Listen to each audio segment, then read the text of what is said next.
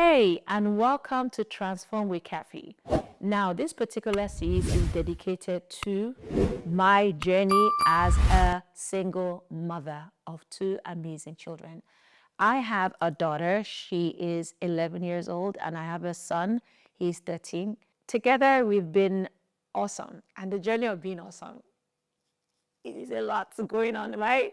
So, I wanted to share a lot of relatable moments because I have met with a lot of women who have sent me DMs, questions about how to navigate this entire process from divorce to being single, then raising two kids on your own, especially when there's little or no support from your ex.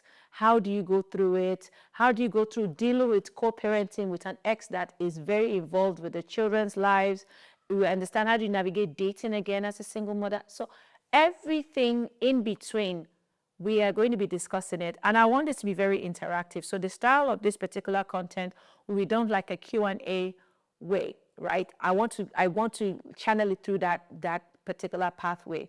I would like you, ladies, men, anybody that is within that single parenthood. Yes, I'm speaking from a perspective of a single mother, but I feel that a lot that I will share can also be relatable and can also be absorbed by single fathers as well. But I will be leaning on the side of where my own personal experience, right? So in order to send questions or your scenarios to me, which definitely we will be protecting your identity, you can come in, send in the question anonymously, and you can email it to me at care@iamkaffy.com. So mail your questions to me or your scenarios to me at care@iamkaffy.com because I do care.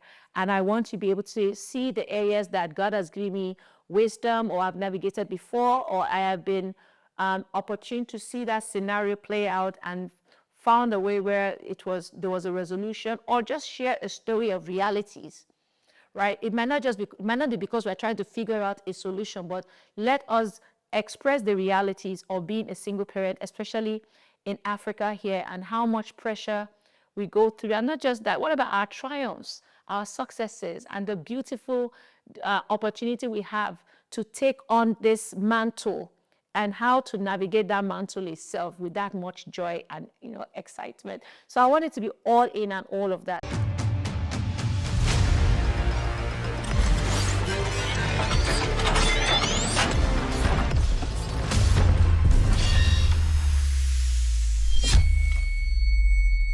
Hey, it's Dr. Kaffy here, and I want to talk about something that resonates with my life, body, and spirit. Something that I prepared to share with the world is the book Alajota. Alajota is a book that helps an average individual find relatable circumstances that affected our growing up, especially from an African environment. A young child thriving to be seen, finding or seeking essence in life, navigating through all of that through a tool that is least considered anything, dance, and finding a voice, navigating through life, wifehood, motherhood, divorce. This book is that book. Alajota, the meaning is one who uses dance as a business, but it was initially created as a term in Yoruba language, derogatively, in a derogatory way, speaking about a dancer as someone is just like you're nobody. But I've wanted to prove to the world that the essence of who you are is not on a scale, or any metric system should not be the one to determine the worth of your existence. Whether you are a lawyer, doctor, shoemaker, hairdresser, photographer, you are all worthy. We are all worthy. And Alajota is that book that helps you see the resilient spirit of the human essence when it fights to come out, to explore, and to manifest in the world that we are hearing today, against all odds. So if you think you have odds running against you, this is a book that will not only motivate and inspire you, but it will drive you to move. It will drive you to see possibilities where there's impossibility. I did not give up on me. I saw what people did not see, even when They could not, or there were no systems in place to nurture the dream to life. I nurtured it to life by faith, by grit, by resilience, and by belief that I'm not here ordinarily. I am born of the Spirit of the Most High. And there's no how God is in me that I cannot achieve endless things in this world. So grab a copy of my book. Go to www.iamkaffy.com and go to my shop, and you can get a copy of this book.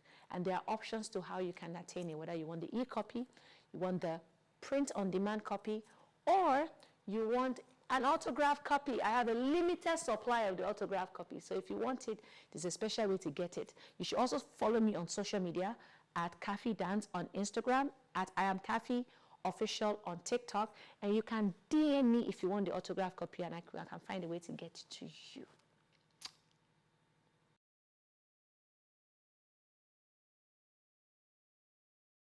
So today I'm going to be taking in a question that came into me just recently.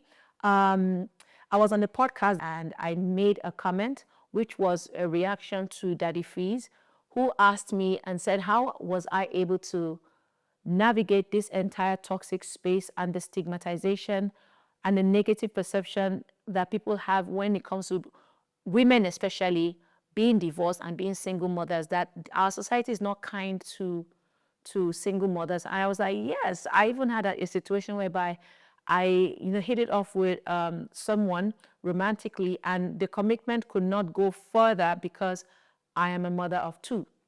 And beyond that, there's so many other things that comes with that whole negative perception and stigmatization of those of us that have found ourselves in this situation. And I'm going to read the first question that came to me, and it says, you recently shared how men often stigmatize you as a divorcee and single mother, saying they can't date you because you have kids.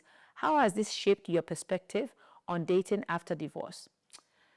First of all, dating is not the problem. Or the man to date me is not the problem, because God blessed me, I didn't even look my age, let alone look like I'm a mother of two to a certain extent, and I get that a lot. So getting to be the people that you're attracted to is not usually the problem.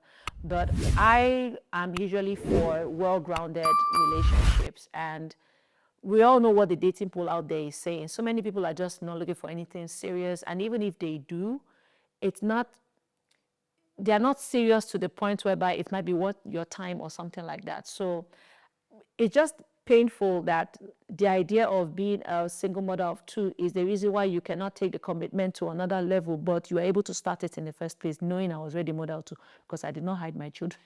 I didn't hide them. Remember, we were in the talking stage. They were very much part of it. When things got serious, it was like, that's a factor that I can't consider to take this to another level, which is fine. Everybody is entitled to their opinion. And I have grown to learn that a lot of things that we've tied into the elements that forms marriage are quite superficial. It's just that maybe as we grow in life, we're able to let go of certain superficial elements, right? And that is valid, because people are allowed to want what they want. But what I do not accept is where you box people up in some negative zone, like they are failures in life because they are divorced. Life happens to people, and it's a beautiful journey. Life is a beautiful journey. Both the negative and the positive is what defines the entire structure of one's life.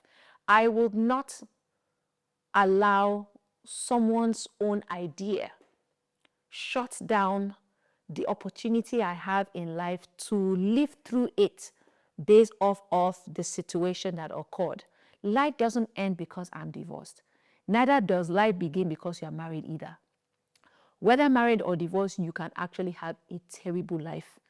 And I feel that people over glorify the idea of being married, not for the essence of what marriage is about, but for the status, symbol, and validation it has systematically been placed to create for humans' worthiness. Being divorced or being married is not supposed to be a metric dish for how worthy I am. We have married people that are terrible human beings. And we have marriages that seem to be together, picture perfect on social media, but they are toxic and shouldn't even have an opportunity to raise kids. In fact, to interact with other human beings, not talk of raise kids. But we are in the world where nobody's entirely good and nobody's entirely bad. We all are going through something, growing through something, or growing out of something. So let's allow people to go through their phases without judgment. I am not a failure because a marriage failed. The marriage itself is designed for growth, purpose, and upliftment. And I don't see anywhere in the Bible or in the good books or anywhere that it said it is supposed to last forever. I feel that we hope and pray that we live together for the rest of our lives with the individual we plan or we get married to. But if we're also looking at it from the perspective of human relationships, how many relationships do we have that has lasted forever? How many friendships have lasted forever? People change, people grow, people shift, tragedy happens, people die, people become sick, there's so many layers of factors that lead to divorce. Seeing a woman divorced should not be looked at from one perspective of she caused it, because that's usually a lot of the kickback we get is she caused it, she's a failure, she can't even keep her home, even to the point whereby just narrating your story and trying to help young women or other women who are in the same terrible relationships to just say, oh, this is how I went through mine. These are my mistakes, or these are my perspective or opinion about being in it or trying to get out of it. Some people will come to you and say, you don't have the right to teach us. You don't have the right to give us an opinion. When you have a stable marriage, you can come and talk to us about marriage. That is in fact, it's an avoidant perspective. It's a perspective that is filled with ignorance. Because in order to keep something stable, you also need to understand what breaks it. In order to protect something, you need to know what can destroy it. In order for a plane to fly, they also study how not to crash. And how did you think that safety for plane crashes has increased over the years? Is because there have been so many crashes that were investigated. It's the crash that is investigated that information and wisdom of how to keep that plane in the air is gotten from. Because the manufacturers intended for a plane to stay in the air. But unfortunately, certain conditions, wear and tear, weather, weight, unforeseen mechanical mishaps occur and is going to the ground. That is the same way marriage is. Two people with probably good intentions decided to come together. But as they live together, the realities and the authenticity of who they are starts to brew. Some people pretend, enter marriage with pretense. The person you marry is not the person that you found in a marriage, because you can't pretend for too long without your real self. Some people entered good man, good woman. Life happened to them. Maybe they never had the capacity to know how to deal with no money in a relationship. Or you married a man that when there is no money, he's something else. Or a woman that once the money is finished in your husband's house, she's like, her life is finished, because when they were single, they never had a situation where there was no money. We can go on and on and on different reasons why a marriage failed. But let me speak about why I felt mine failed. Mine failed majorly because I did not have or even put into practice I didn't have the right tool set, understanding of even man-woman dynamics, because nobody teaches that. Nobody teaches an average young girl how to deal with men. What they teach you is how to prepare for a man.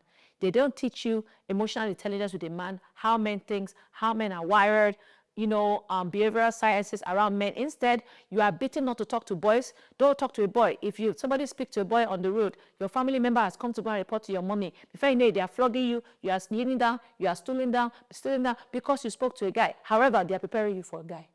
They are preparing you for the home. Anything you do in your life, if you're sweeping, instead of saying, sweep well, this is how to sweep well to keep your home clean. It is sweep well, or else nobody will marry you.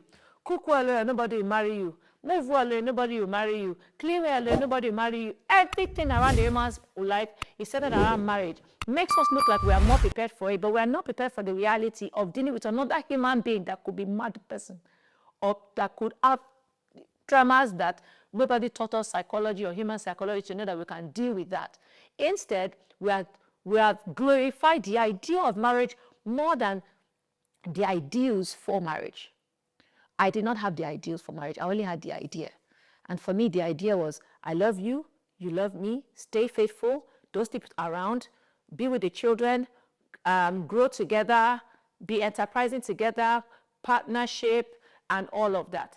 That was what I felt it is. And I felt that I had a lot of core values checked. I am not a sleep around. I will not cheat on my husband. Never did, never would, never had. I love partnership. I believe that we can build wealth together. I prefer to even build wealth together with my man than a man that I just met that has money. I don't even know the background of his money. Do you understand? That is another thing. It's a value that I felt was okay. I love God and spiritual. I'm upright. I'm morally upright to an extent whereby I feel that the man is safe and is secure in my relationship. I had all of that. What else? I was stable. I had work. I could contribute to the finances of the home when it is needed and all of that. So I had all of those things checked. But do you know that they were not enough? I needed emotional intelligence. I needed to understand what are the requirements. I don't even know my standard. Let me put it that way. I don't even know my standard. You know, we always say your type. Having a type when you're a rendered female is a problem, because you are typing from the typewriter that has been wounded to create typographical error for you. That was the type. So as much as the person might be a good person, it might be bad for me. And as much as I might also be a good person, I might be bad for the person. And that's the case of my own. I felt we're both good people, but we had values that we did not check. Or I assumed, you know, they say there's red flag, you saw it coming. I did see a lot of red flags. But I had that notion based on how marriage was sold to me, that when a man loves you, love can change. I inherently, so fully, in the core of my being, believe that love can change people. And it's not like that is not true. But the manner at which to approach that, I was not equipped with that knowledge. I did not even equip myself with the knowledge of understanding the role, the actual divine role of a man and a woman in a relationship. I was doing both the man and the woman. That was my own flaw. I was the fixer. I was the enabler. I was trying to find peace. I was enabling bad behaviors that allowed the person grow wings to feel like, you know what, at some point, I just felt like they're not going anywhere. This is what I was told. You're not going to go anywhere. So I kept on doing it, right? Not because the person wanted to do bad, but habits. When something is a habit, hey, God do. I'm fighting principalities and powers that has come before me. And I felt that marriage would change the person. No. So there were a lot of wrong perceptions even I had. So when people look at you from the outside and say, because you are married and you are divorced, you are the failure, that is very unfair judgment. Because the elements that causes it are wide. And a lot of it is individuals. As an individual, I got the wrong programming concerning marriage. I'm a good woman, God-fearing, loving, and all of that, but there's more to that. Am I emotionally intelligent enough to deal with a man? No. I knew certain things. I was wise enough in certain ways. I knew about conflict resolution to a certain point. There were lots, but being wounded, having people-pleasing tendencies, enablers tendencies, avoidant, and anxious avoidant, anxious, what do you call it now? Anxious attachment, tendencies, modeled up with all that good woman, resilient, ability to sacrifice, can create more of a whole than a life raft. Because the most dangerous thing you can have as a woman is to have resilience and be wounded. You find out that your resilient energy will be used to enable what is causing your pain more than anything else. I don't know how, when we will be able to reduce the perception, the negative perception and stigmatization. I feel sometimes the cultural essence of it adds to it. The way people glorify, even mothers, fathers glorify getting married over the happiness of their children entering the marriage, over the questions that needs to be asked and all of that. You understand? Sometimes that flies over our head. And sometimes we ourselves, we are stubborn. We love ourselves, that's what we want. And the parent is going to go, you know what? That's what they want. They love themselves. We feel it's enough. Let them go ahead and do it. When they enter it now, they'll fix it. So there are some parents that by the time it's having the problem, they'll tell you, it's what marriage is all about, because that is also how they entered it. So I feel it's very, very unfair. I have never judged anyone that is divorced before. I did not plan to be divorced. I plan to stay in my marriage. And there's so many things that sprung up in the course of making that decision that is not easy. Especially when you're a woman that you hold family very dear and you did everything that you could. Like I literally did everything that I could within the capacity of knowledge I had at that time. And I will say, I tried. I tried beyond anybody's imagination. And I don't need anybody to validate that or to checkmark that for me. I will do it for myself, because between me and God, they said that there's always his story, her story, and the story that God knows. Yes, if I say the story from my perspective, I will say it from my perspective and all the things I did, I know, and I contributed to it. And if he says his story from his perspective, he will also have his own valid reasons. But when it comes to matrimony, the holy matrimony, there were vows that were broken. And I could not just handle sustaining under those circumstances any longer. Shouldn't I have walked away? Yes, I should have, long before I stayed. Why did I stay longer? Because of what people say, because of mindset, because of perception, because of, okay, there is a chance. Since there was love, we can still work it out.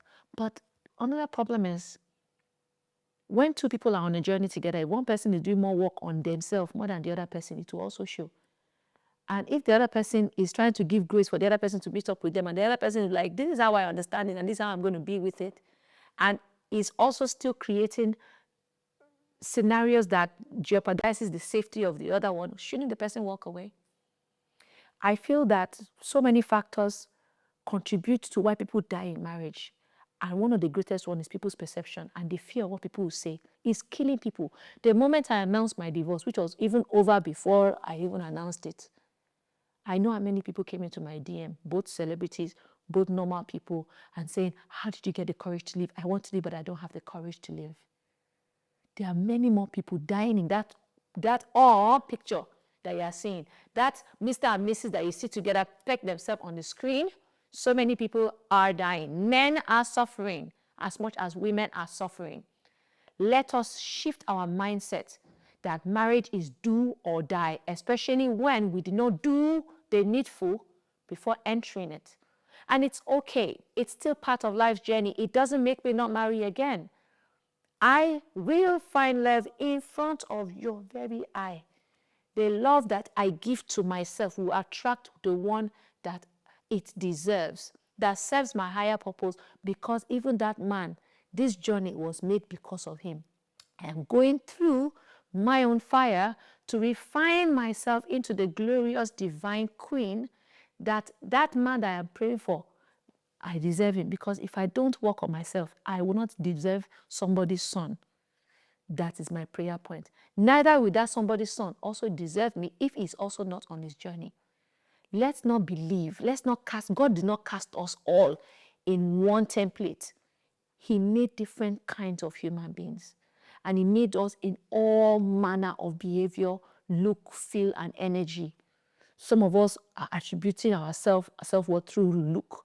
Some of us attribute our self-worth through the character that we naturally have. If God did not create us in one-dimensional way, how dare we now expect human relationship to only occur in one manner? How would the people who are going through terrible marriages navigate getting their life together if those of us that have gone through terrible marriages, that have worked on ourselves, don't tell our story? How do young people, the children of tomorrow, today, and the one coming tomorrow, understand the do's and don'ts if the don'ts are not shared? How can my son and my daughter do better than their father and their mother if we are not ready to be accountable and own what it is that we did wrong. I am in a position of influence and affluence. I did not seek fame. It was bestowed. It's grace. It's who I am. And part of who I am is a teacher. And if my life path is destined to heal, to teach, to share and be great, it comes with great trials and travails. Tell me the story of a great man or woman that has not gone through challenges. And I'm sure a lot of it is not marriage-based for them to be considered worthy to be spoken about in the book of life. Tell me that all the great men and women today, it is marriage certificate that they use to judge their greatness. No. And if I have been put through a journey where I have a marriage that didn't work for the purpose of a life that can work, that is my journey. Because my life does not stop or start with marriage. The essence of my existence is not on the petri dish of marriage. I did not see it in any good book or any holy book that once we die, marriage is a template that they are going to judge us to go to heaven or hell. I don't see that. That is one reason why we should not pin down life, look down on people just because they are divorced, or think the woman is useless because she's divorced, or the man is useless because he's divorced. Do you know how many men are living with terrible women, terrible character women, let alone women? But why are they not coming out? Because of society, because of some people, some of you that will still watch this and comment, I don't care. I don't know how any of that has changed or come to my house to drop bread or cornflakes that I've used to feed my children, or to create a healing balm on the night that I had to cry myself to sleep. None of you were there. I had good people around me. I had a fantastic support system. But most importantly, I had God and myself. I had to sit with myself, understand where I was wrong. Where did I contribute to this? How did I manage this? Okay, if God gives me an opportunity again with another man, how would I show up? I should be creating support system, because guess what? Being divorced is one thing without children. Being divorced with children, my goodness. My goodness. And being that parent that decided to be the one responsible for the upkeep of that child or those children, that's a superhero. You should see a single dad or a single mom and praise. In fact, single dads are even praised more. When a man is taking care of children, because it's not, they are not praising him because he's a good man. No. They are praising him because you all know that it's not very normal to see a man fully committed to home, because that it's not a common thing we see. We expect that more from women.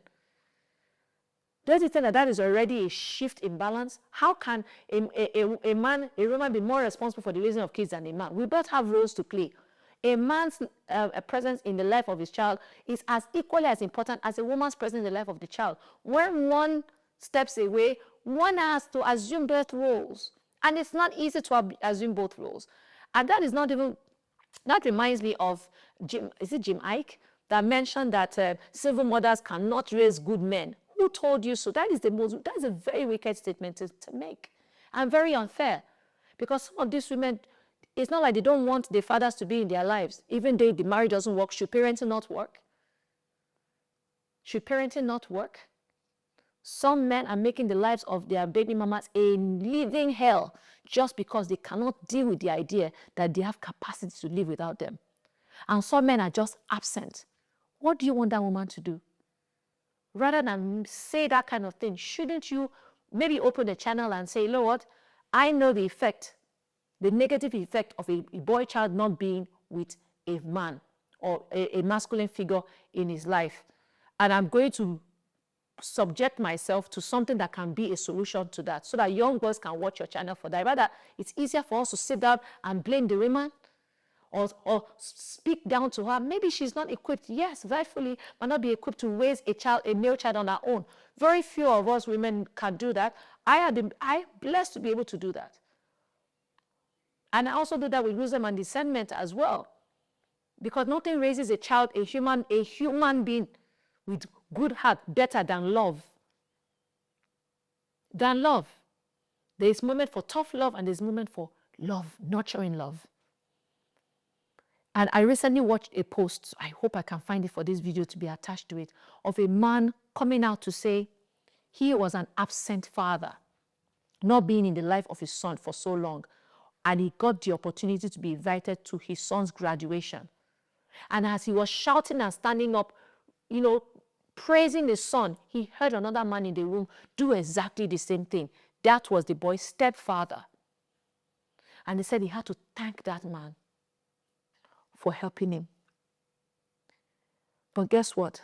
That woman had to choose the man that can see her son as someone that, like, he has to be with a man that can look at her son and say, this is my son too. She has to make the right decision. She had to go through the fire of what this failed marriage cost her. She probably worked on herself to choose a man worthy to be called a father for that boy, to the extent that the real father was looking at the boy and looking at the stepfather and saying he is thankful that this kind of man met his son. There are scenarios where men will raise their sons right, but outside men will spoil that raising. How about that? Nothing is guaranteed.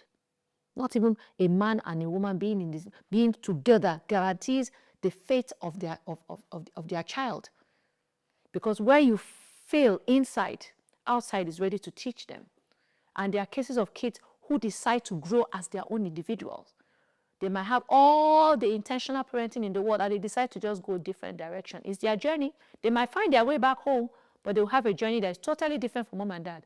My lifestyle is totally different from my mom and dad. My mom and dad cheated on themselves and we are aware. I wanted to grow up as a child that doesn't ever cheat. Will never cheat. I've never cheated. That was a decision I made. It was not my mommy and daddy together that caused me to make that decision. It's the children sometimes can't see the characters that they don't want to imbibe. So let's open our minds, guys. When we see a single mother, a single father, let's doff the heart for them. Especially when they have to nurture another life while navigating their own pain, their own hurt, their own scenarios, their own life, trying to get themselves back together. Do you think it's easy? Waking up every day, thinking about what the children are going to eat, what they're going to drink, what they're going to wear, school they're going to go to, education, and thinking about how to raise them while bleeding. While bleeding. And there are days that you cannot hide this, you can't hide the blood. You try, but you can't. Somebody is out there in their comfort of their mindset. Think you are a failure because don't let anybody, and if you are a mother or a father watching this, don't let anybody, don't give them that power.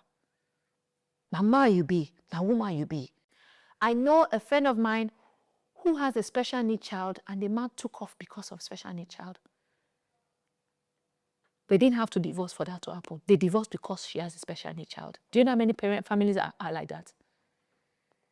Do you know how many mothers have worked out, just worked? I had a friend that also told me that his wife just walked away. He didn't even know where she went to. He just left the marriage. She just walked out. And their children. You don't know people's circumstances. And even let's even assume that they made a mistake. They were the one that cheated, the one that made the mistake. They have now decided to be responsible enough. They decided that, okay, I will take on the responsibility of raising these children. And they will do it the best way they can. My mom was not the best candidate to be taking kids on with all that was going on with her here. I had to deal with complex traumas by virtue of being raised by a woman not knowing how to heal. But God raised us within all of that. And let us continue to pray for grace of God, for good people to see us within that shadow, that dark moment. And that's why I'm here, and I'm not going to keep quiet about it. To continue to shed light on how life can continue. Life can be beautiful. And you're not garbage. You're still as beautiful, as awesome, as handsome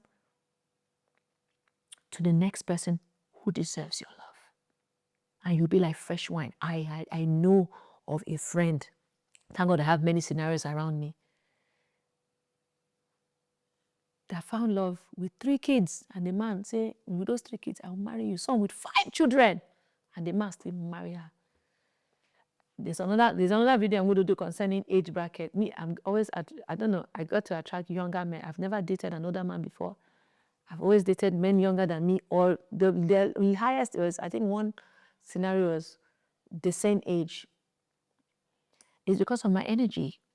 Why some people shame me for that and say, I am looking for younger guys. Like, I go and intentional. Even with this, my married, I feel like you married him as a baby. The brother you don't made for streets before I meet her. I did not marry a baby. I did not marry a child. In fact, if not because that his age leaked, people thought we're either the same age or he was slightly older than me until the age leaked. So the age did not leak. You will not know now.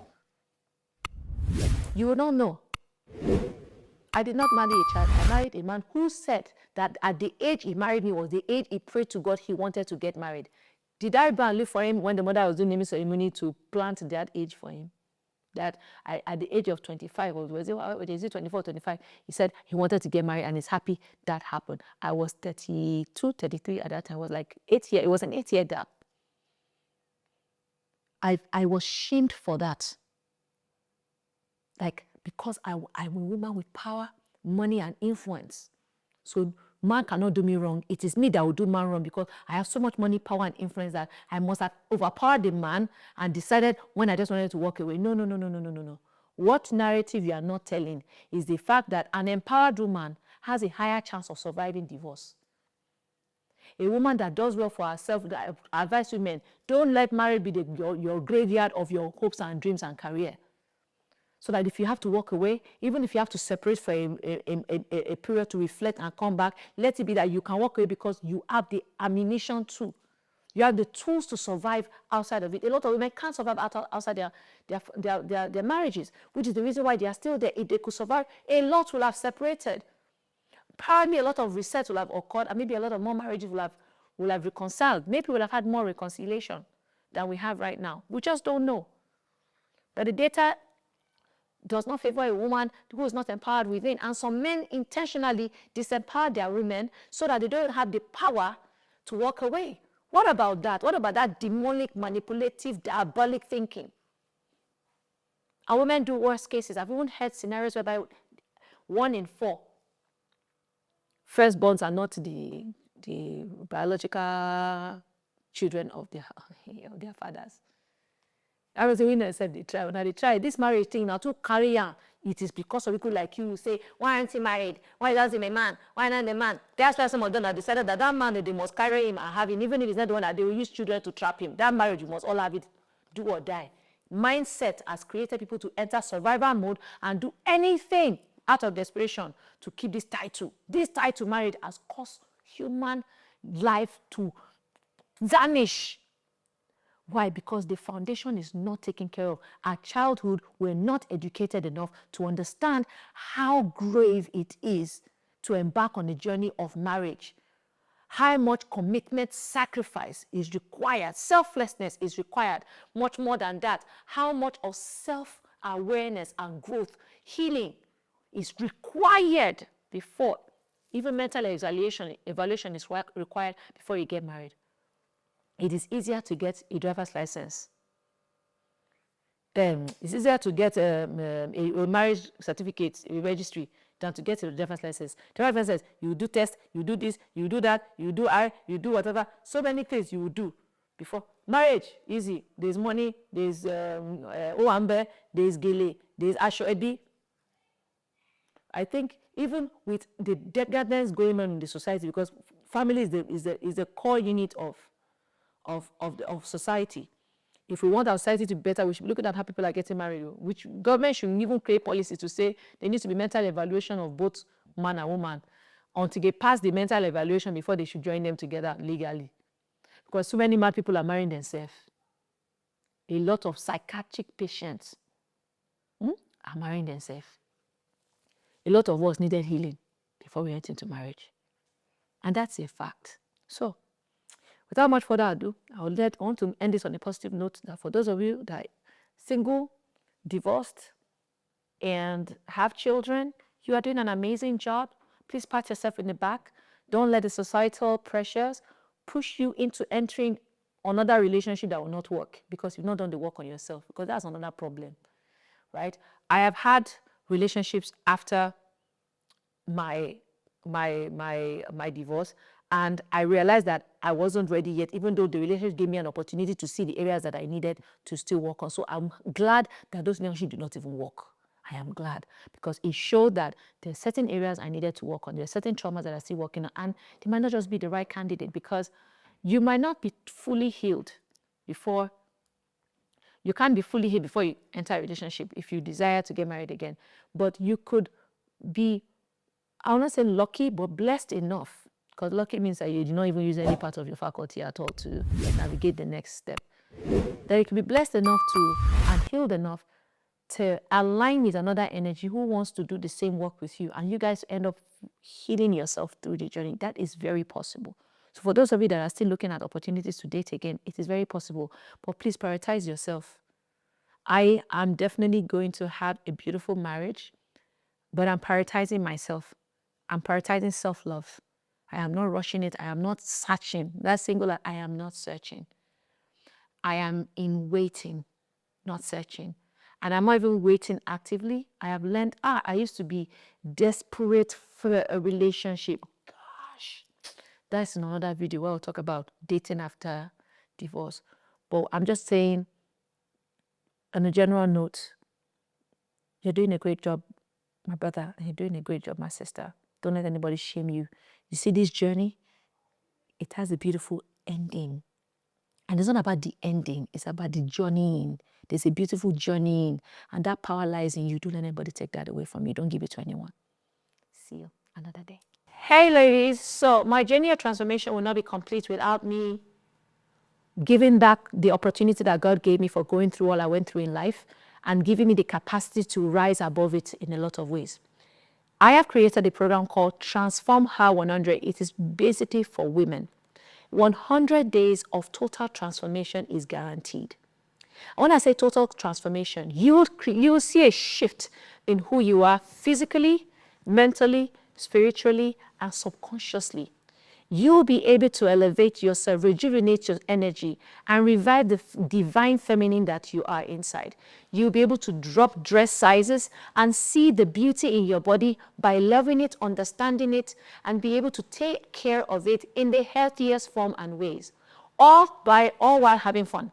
This program is done virtually, and I have the best coaches around the world coming in, dropping resources, pitching in some of the practices that we need to adopt in order to sustain this beautiful, healthy lifestyle and relationship we should have with ourselves. Ladies, you deserve it. You are worth it. And guess what? I made it cheap.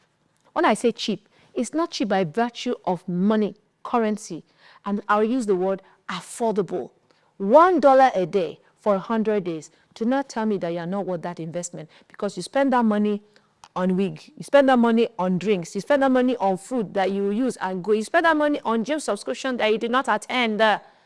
This program is done virtually, and it is done in such a way whereby you can take your time. There is privacy in there, even though it's a community. Your own journey is private because you get your own login details. You'll be able to start your journey at your own pace. However, we have a community which worked last time I did a program like that. The community was the driving force. Women who were supporting women, helping women. And guess what? We created a network, and they were meeting themselves from all parts of the world. That is the healthy space that you need to thrive, to survive, and to transform. Transform with Kaffy 100 is meant for you, and you know that. So subscribe now. Go to www.iamkaffy.com and you can click and just pay for your subscription. You can waitlist on the app, because at the end of the day, we are also going to be adding the program to the Ijoda app. So waitlist on the Ijoda app. At the same time, go and secure your slot at the www.iamkaffy.com website. Go to shop, secure your slot. Let's know that you are on the journey of becoming not just an Ijodian, but a transformer.